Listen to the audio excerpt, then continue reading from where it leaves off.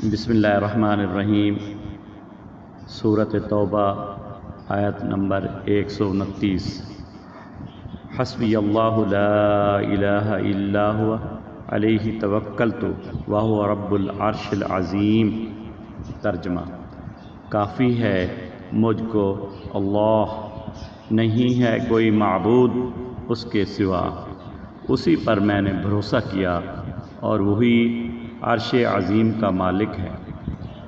ابو داؤد شریف میں ہے کہ جو شخص اس کو 7 مرتبہ صبح اور 7 مرتبہ شام کو پڑھ لیا کرے، اللہ جل شانہ اس کے دنیا اور آخرت کے ہر غم و فکر کے لیے کافی ہو جائے گا۔